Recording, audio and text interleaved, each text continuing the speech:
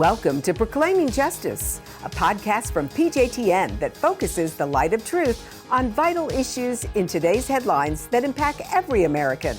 I'm your host, Laurie Cardoza Moore, founder and president of Proclaiming Justice to the Nations, and I'm here to educate, motivate, and activate you to action.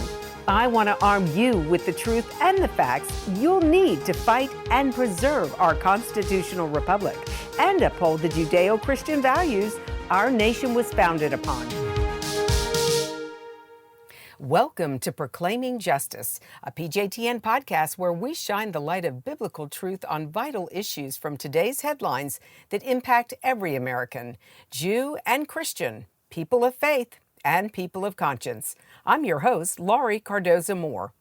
If you missed the last episode of this podcast, you will find it and our previous podcast lineup on our website at pjtn.org, as well as all the other platforms that you use to access your favorite podcasts. On this week's podcast, I have invited Stephanie Maier back onto Proclaiming Justice. Stephanie is an author and is currently working with FreedomWorks. Stephanie is one of our scheduled speakers at our upcoming Taking Back America's Children Summit in Hudson, Ohio on April 30th.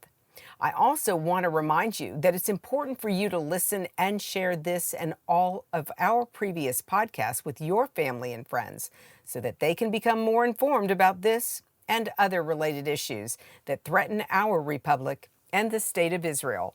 So please remember to like and share.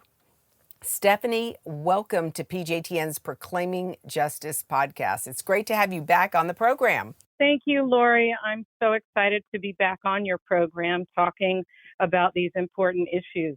Yeah, we're going to be, as our audience knows, we've got our Taking Back America's Children Summit that's coming up in Hudson, Ohio on the 30th of April, which is next Sunday, a week from Sunday. And of course, when this airs, it's going to be that coming Sunday. But Stephanie was speaking, she's spoken at a couple of our other programs that we've done, our summits in Orlando and in Franklin, Tennessee back in January. And Stephanie comes to us with a wealth of knowledge about mobilizing our communities to take action, to take back control. And she helps us to lay out strategies. So Stephanie, tell our audience a little bit about your organization and what they can expect to learn next Sunday. Yeah, absolutely. In the 25 years that I've been teaching activists and regular people, really is what activists are, at the grassroots level who come to a place in their life that for whatever reason, there is just some issue that is impacting their lives and the lives of their children in this case, that galvanizes people to say, I want to do something to change this. I don't want to put up with this anymore. And yet to want to do something is only the first step. You have to also then have skills to be effective in our governmental systems and in our communities. And so that's where, no matter where I have worked, no matter what countries I've been in, I focus on empowering people with these skills to actually make a difference in the issues that matter to them. Because at the end of the day, everybody's good at complaining. I'm really good at that too. But we have to be able to take that frustration and channel it into action that gets results and makes things better. And so, that's why I'm so excited that you put these events together. They're really important. And what's more important anyway than the issue of our children? I'm a mom. I can't look at what's happening in these public schools anymore or the school boards. And so I'm really honored to be part of the program and share what I do know about how people can utilize specific skills in their community. And that's what we're going to talk about on Sunday. That's fantastic.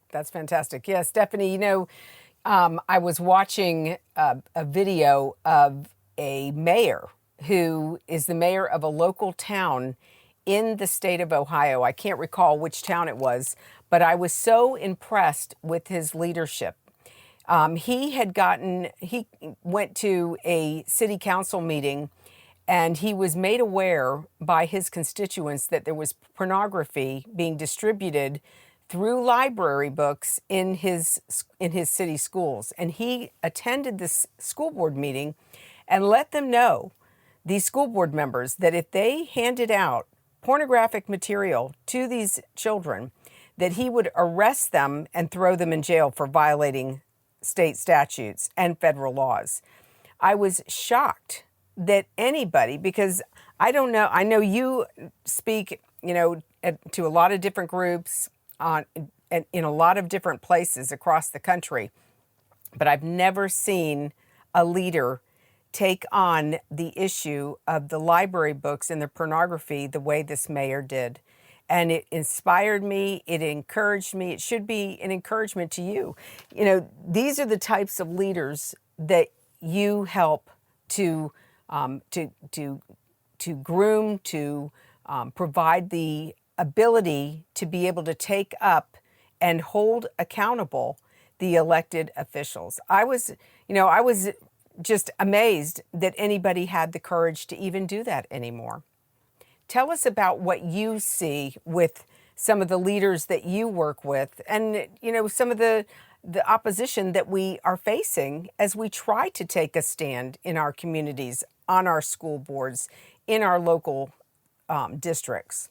Yeah, well, it's amazing because, and I'm encouraged to hear that story too. I hear those stories all across the country when I travel, and that's really because there's a leader in all of us, and sometimes that leader is just sleeping, waiting for someone else to lead. And when we find that there is no one else who's standing up, suddenly you're the leader. But when I see these groups of people, for example, when you and when I was in your event in Tennessee, there are people in that room who were galvanized to lead. It's not that they were sitting around with nothing to do, but sometimes you're just called in this time and place, and that's what you're compelled to do. And I think particularly as parents, grandparents, and even as taxpayers and communities that are supporting our public schools, human beings are creatures of potential. That's how we were made. And I think as parents, you're stewards of that potential. And, part of the problem is we have these massive federal agencies like the Department of Education that's really more of a jobs program for adults than it is a place that's seeking to find ways to elevate kids. And I think sometimes what has slipped past the conversation is that education isn't something that's found in the Constitution. And because of that, it actually falls under the 10th Amendment, making it a state issue. And that's why it's so important that we engage at a state and a local level, because that's where we're going to make a difference, is understanding that it's in communities and it's in the leadership in our school boards in particular that are setting these policies. And it's only because parents haven't really been paying attention that some of the laws that are already existing are being thwarted. And I think, like the leader you just mentioned, when you simply enforce rules and laws that are already on the books is a good place to start, start to hold these officials accountable. And just something I want to throw in, because I've done trainings in Ohio and worked with organizations there. And just in 2022, of the trainings that I gave overall across all organizations and across my work, 136 people ran and won a seat on a school board. And that's across Arizona, Texas, Florida, and Ohio. And what I find interesting is it's easy to say, well, gee, 136 people, that's not very much. The problem is so big. But when you really understand that 136 parents who respect the Constitution and they respect parents' rights are representing over 1 million students. That's right. So it doesn't take a lot of change to create a massive impact. And that's the exciting part to me, when parents and community members come together like they're about to in Ohio next week and really step up, because a few people who lead, like the gentleman you just talked about, make a huge, huge difference in the lives of students across the state and across the country. Absolutely. You bring up a very important point, the laws that are already on the books. There are federal laws and there are state laws with regards to child indecency. And what our children are being subjected to are protected under laws that were passed back in the 1960s, that it was when Kinsey after Kinsey had done his sexual report on children and sexuality. Since that time, they put a clause in the law. Now, child indecency is against the law. It's, if there were a man parked in a van with pornographic materials parked across from a school, and children went past his van and he was exposing them to this pornographic content, that man would be arrested under child indecency. However, if that same situation were to happen and that pornographic material or book were given to a child from a teacher, from a government official, from a professor, or from an other. Now, the other category is not defined, but it is a clause in the penalty part of the child indecency law. And that's what that's one of the pieces of legislation we're trying to get passed in the states, is that section of the penal code that addresses child indecency will be pulled out. So no longer will teachers be protected, will professors be protected, will government officials be protected, and whatever the other category is, they won't be protected either. But you're absolutely right. Our children are being exposed to the most heinous content under the guise of sex education. And if we as parents and tax-paying citizens do not stand up to say enough is enough, then we can kiss the future of this country goodbye, along with our children and our grandchildren's future. And Stephanie, I know, like me, you are not going to sit back. And that's why, ladies and gentlemen, Stephanie is in the middle of this battle. So Stephanie, why don't you just share with our audience a little bit what they can expect of your presentation, your training, your seminar, your portion of the seminar, because you're going to be the first one out of the gate that morning at 8:30.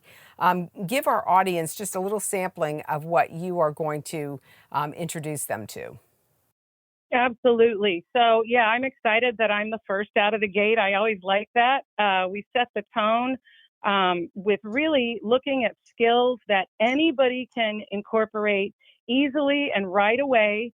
I like to teach frameworks that you can really apply. So our first session is going to be how to change hearts and minds with strategic storytelling. And this is really something that every person already does. We all tell stories to make our points.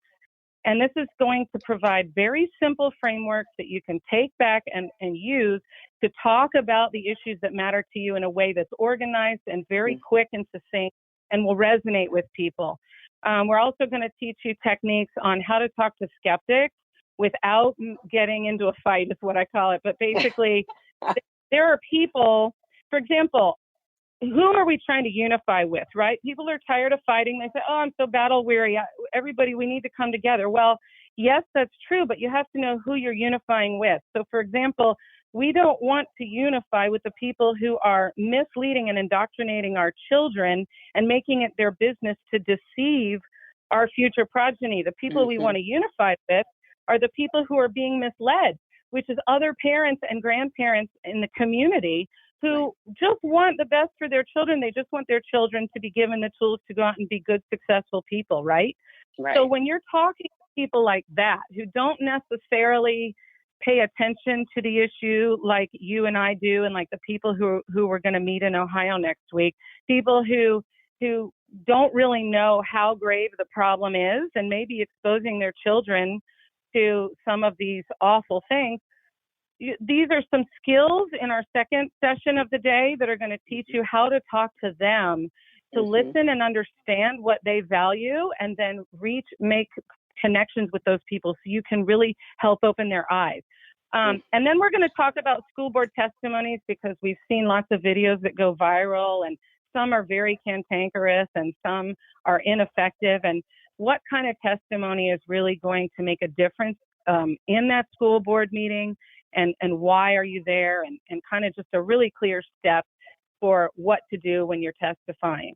So I'm excited about the morning program.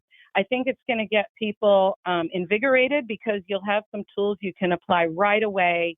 And then, I know you always offer lunch, and then you go into some of the other great speakers in your lineup. So it's going to be an exciting day. I'm always thrilled to be there. Absolutely. And we are thrilled to have you, Stephanie. I always learn so much. You always share, really amazing information, and offering a little different message every time you come. Same message, but little nuances that really help us to really think through what we're doing when we go and sign up. And Stephanie, in closing, are there any final comments you would like to share with our audience about why it's important to attend this Taking Back America's Children Summit and to take back local control of their communities? Yeah, well, just to the point you just made, you are correct. Every training is a little bit different, and that's for good reason, because I really engage with the people in the room and really base the training on timeless principles of skills, but also what they need and are focused on and specifically. And so I think that's the first thing to know, is that the people who are going to come to this event in Ohio are going to have a unique experience that's really specifically tailored to what they need. And then, I mean, the second part to your second part, Horace Mann comes to mind, and that's the gentleman who started the progressive movement that really shaped the public school system as we know it in terms of being standardized education. And he said something, one of the many things, but he said, we're engaged in the sacred cause of education, and we're entitled to look at all parents as giving over hostages to our cause. That is really a telling, dark comment from Horace Mann that really shows what their intentions are. And so we, as parents, as grandparents, as community members, and just as good people, really cannot stand by and allow children, the future generation, and our future leaders to be given over as hostages to this kind of progressive cause. So let that motivate everybody to show up and see where they can engage in this really important issue. Absolutely. Absolutely. Well, Stephanie, all good information. I'm so excited about this upcoming event. Glad you're going to be able to join us again in Hudson, Ohio. Ladies and gentlemen, I hope that you enjoyed this program. We will post this podcast on our website and all of our podcast platforms so that you can share with your family and friends. And remember, as PJTN Watchmen, we have a biblical mandate to stand against the ungodly, rising Marxist threat that is destroying this nation and other Western nations, threatening our Judeo-Christian values and promoting anti-Semitism. We cannot remain silent, as Stephanie so eloquently said. God warned the prophet Ezekiel about the responsibility of the watchman.